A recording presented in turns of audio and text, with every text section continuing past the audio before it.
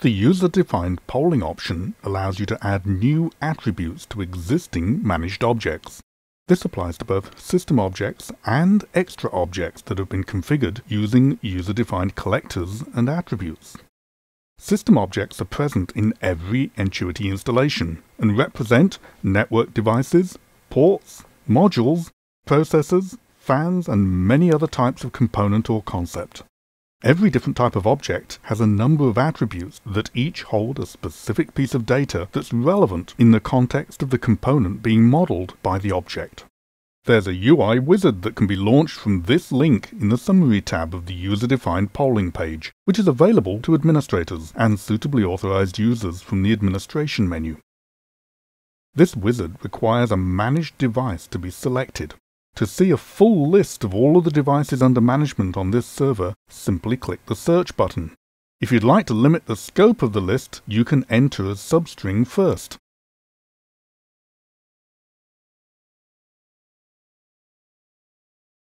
The workflow begins with the Snmp Mid Browser, which shares its MIB repository with the Mid Browser used to configure the trap handler within the event management system. There are many industry-standard MIBs provided with the system, and if you need to add any vendor MIBs, the list can be administered via the Manage MIBs facility. Any combination of MIBs can be selected and loaded using this UI, although it's best to only load those that are needed to optimize the responsiveness of the UI. If a MIB needs to be loaded that isn't already in this list, it can be uploaded to the system via the web browser using the Import button, which means there's no requirement to have direct access to the file system or command line of the Entuity server. As an example, I'm going to add an attribute that will record the number of TCP sessions that a device has open with other devices. I can quickly locate a suitable section of the MIB structure by searching for a string using the Find field. This is the branch I was looking for. And here's the exact OID that I need to poll to see the number of established TCP sessions. I can see the full description of this OID as it appears in the MIB. I can get its contents from the selected device using the Get button. In this case, there are 5 currently established TCP connections. To create a corresponding attribute, I'll click the Next button. The attribute name has defaulted to use the name of the OID taken from the MIB, with the UD underscore added to the beginning to indicate that it's user-defined. You have the option of changing this name if you'd prefer, but the system will always keep the UD underscore on the beginning. There's also a more readable display name that will be used to identify it in the UI and in reports, and I'll make a change to this. The descriptive text was extracted from the MIB, but you can modify it if you'd prefer to. This is an example of a metric called a scalar, where there's one per device, and rather than limiting it just to routers, which is the default setting based on the fact that the currently selected device is a router, I'm going to broaden the scope to cover all devices. I'm going to select an object type representing an Snmp managed device, which is Device EX, which means an extended device. The filter setting contains logic that will be used at runtime to determine whether there should be an attempt to create an instance of this attribute in the context of each object. So in this case, it would be checked for each device. By default, it's checking to see that the enterprise OID matches the manufacturer of the device that I currently have selected, which is Cisco. If I wanted to extend this test to include one or more other vendors, I could select them from this list and click Add. In this case, I don't want to limit the discovery of this attribute just to Cisco devices, so I'm going to remove the test for Cisco from the statement. You'll notice that several statements include the text simple followed by a semicolon at the beginning of the line, and this declares that the syntax is using the simple language, which is supported by the Stormworks data management kernel at the heart of the Entuity system. I can check the results of evaluating this statement in the context of the selected device using the Test button. The resulting value of 1 represents a Boolean true. 0 would have meant false.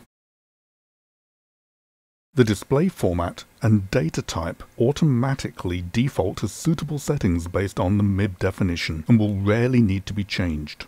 The polling interval and retention period can both be adjusted, and I'm going to set them to 5 minutes and 1 day respectively. That allows me to quickly demonstrate the results. It's worth making sure that the polling interval isn't set to an unnecessarily low value, as this would increase the load on the devices being polled, the network, and the management server, especially if you've got a lot of devices on which it's being polled. It's also important to make sure that the data samples are not retained for an inappropriately long time, as this will increase the database size and corresponding disk usage for little benefit. The OID is defined as a gauge and simply returns an integer that can go up or down.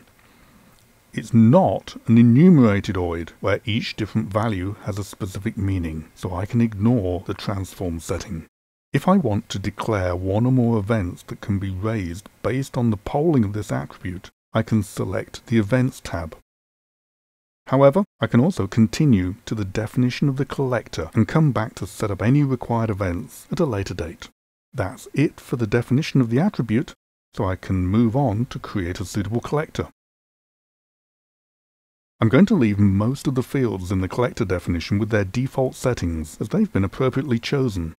You'll notice that the index is shown as none, as this OID is a scalar, which means there's only one instance of it rather than there being a table of instances which would need to be referenced using an index. The Snmp polling syntax has been automatically provided, although this can be edited to perform any required post-processing. It's possible to have multiple collectors associated with the same attribute, and they'll be evaluated at runtime in priority order, with the highest priority being executed first. If the collector fails and returns a null result, which would be the case if an Snmp get operation were to fail to find the specified OID, the collector with the next lower priority will be executed until there is either success or the list of collectors is exhausted.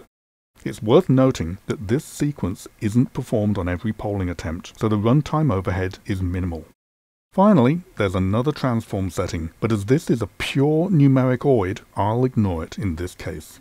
This transform capability would normally only be used if the status values returned by proprietary MIBs of devices from different vendors need to be converted to a normalized set of values.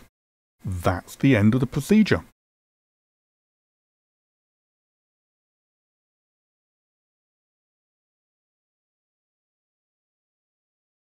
If you look in the Attributes tab, you'll be able to see that attribute that you've just created. If further changes are needed, it can be selected and the Edit button clicked. Notice that the collector count is displaying 1, corresponding to the single collector that I just created.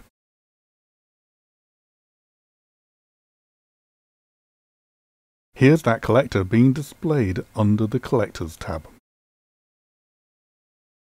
I've left it polling for a few minutes, and using an Attributes dashboard, I can see 2 instances of the new attribute.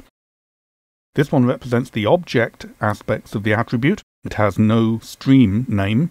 And this one represents the stream dimension, so this one has history associated with it. This is the most recent value, but if I were to right-click on here and show a chart, you can see that that value has fluctuated between 5 and 7 and then back down to 5 again over the last few minutes.